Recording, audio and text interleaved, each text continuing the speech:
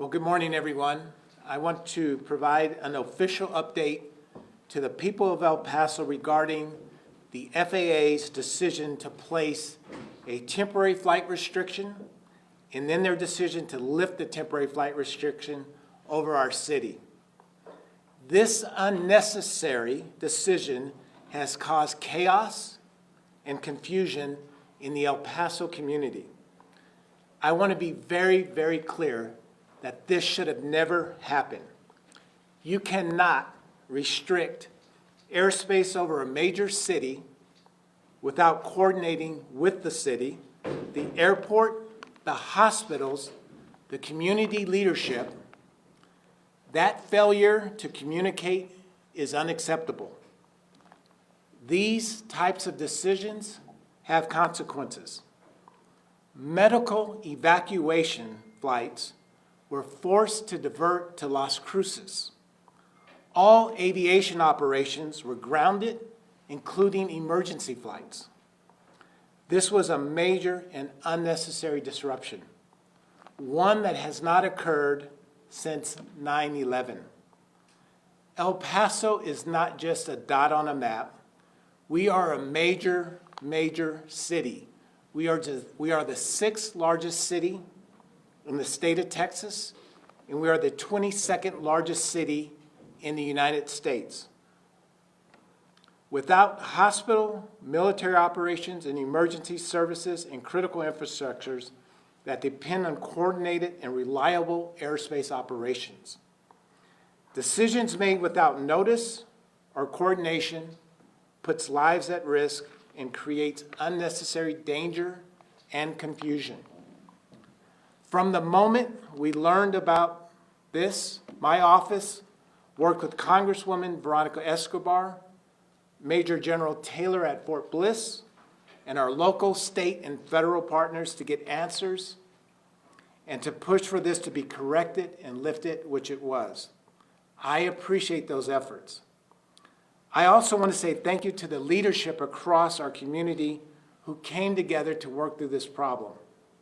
The city leadership, the El Paso Airport, and our federal and state partners. Your professionalism and dedication to public safety made a difference. El Paso deserves better. El Paso deserves better communication and better coordination and more respect for the El Paso and the people that live in this community. We will be following up with the FAA to make sure that this never happens again.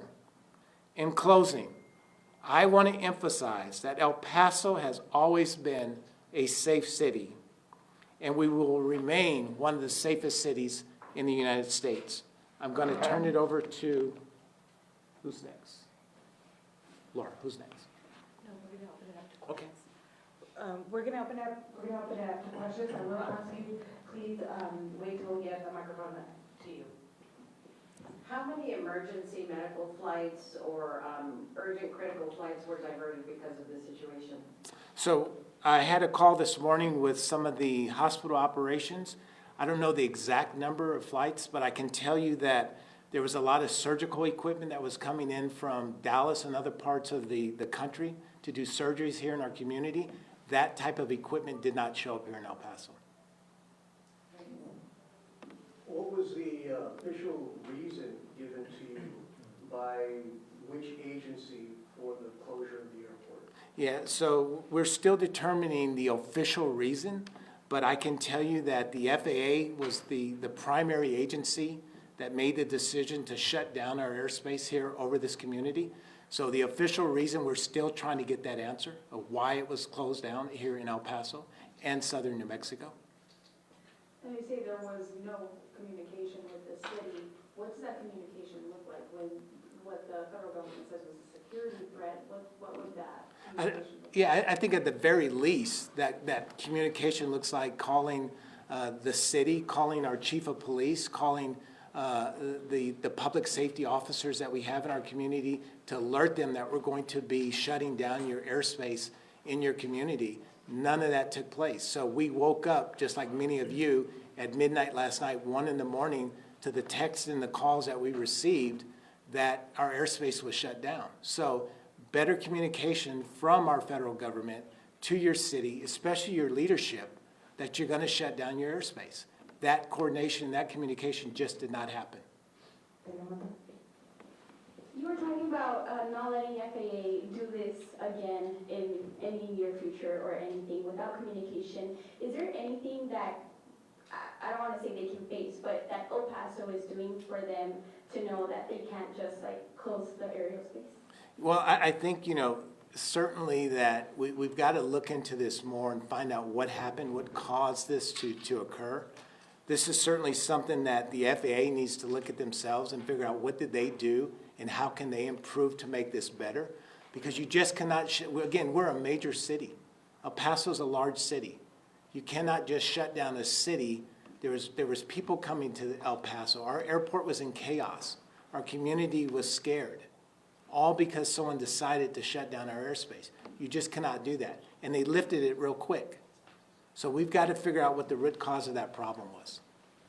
What kind of financial implications could this have had for the city, for the airport, for travel in general, being potentially shut down for 10 days? And do you know what kind of impact it had in the hours that it was shut down? Yeah, I'm sure it's significant. I'm sure that number is large, and it's one of them numbers you may not ever be able to quantify. You look at the travelers that were stuck at our El Paso International Airport. They had to spend money, those that could get a rent-a-car, to get out of El Paso. So that cost them money. You look at some of the business deals that were going to take place today here in our community that just may not happen. So we don't know the complete impact. I've had friends that have texted from Dallas, Texas, that were trying to get rent-a-cars to get back here to our community.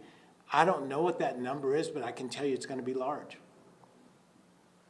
There were some reports on CNN that one of the reasons was cartels flying drones over airport space or in the vicinity. Is there any truth to that? Let me turn that over to the chief or to someone else to better answer this. Thank you, Mayor. So your question on drones, that's just been reported. We have not been notified of anything. That's just rumor that we're hearing, the chatter. As the mayor talked about, there's been no official determination put out to us on why it was closed down, so we won't speculate on any of those.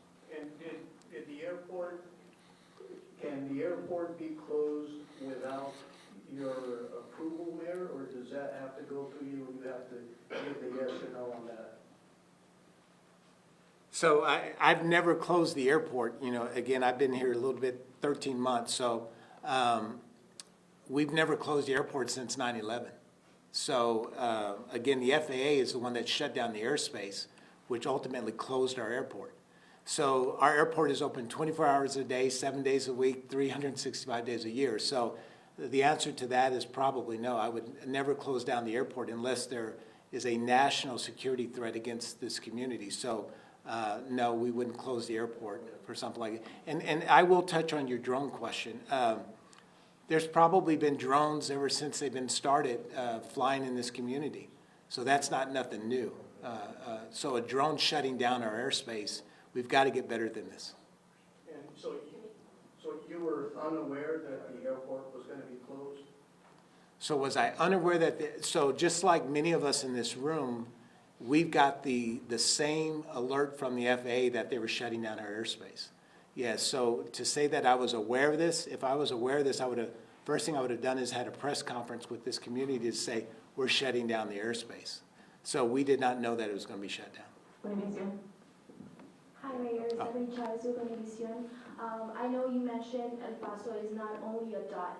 We have the border. We also have Fort Bliss. What is the next step as leaders to get the information of what happened and to get better communication? Because, like you said, it affects the citizens, but we also have the border and the Fort Bliss, which a lot of people might think we could be a target since we have the base. What message do you have for the community? Yeah, so we're going to continue to reach out to our state and federal partners. We'll continue to reach out to the Congresswoman's office to make sure that we have information on what happened. I want to thank our Fort Bliss partners too. I was on the phone not only with our Congresswoman, but with Major General Taylor this morning. And we will make sure that we continue to communicate. And that's what the leadership did in this community. We came together to figure out what was going on. Like many of you in this room, we learned about it the same way. It was something where they shut down our airspace. So we did not know that until we were playing defense at that point. So once we figured out what was going on, the leadership came together to communicate, and we'll continue to do that. More questions? Do you think there will be a true answer as to why this happened? I hope so. I'll repeat the question. Do you think that there will be a true, honest answer about why the government chose to shut down the airport? I sure hope so, and I can tell you El Paso deserves better. We deserve to know why our airport was shut down. It's unacceptable. So I hope we get that answer. Last question, KBA? And do you feel that El Paso has just been overlooked by the federal government? Do you think it's because that we are a border community that we weren't notified, that they just shut down the airspace? Yeah, I don't know that for fact, but I can tell you that, you know, whatever information they had that shut down our airspace is something that should have been shared with this leadership. That is the piece of information we don't have. And once we get that, we can let the citizens know why they shut it down. So just like many of you, there's a lot of unanswered questions that we just don't have. I also want to thank the media that's in this room. A lot of you were at the airport. A lot of you were working hours this morning and working with the guests that were stuck in our community. And thank you for what you did there. It appeared that everyone was helping each other. So that's what this community does. We come together to help each other. Thank you, Ron. All right, thank you guys.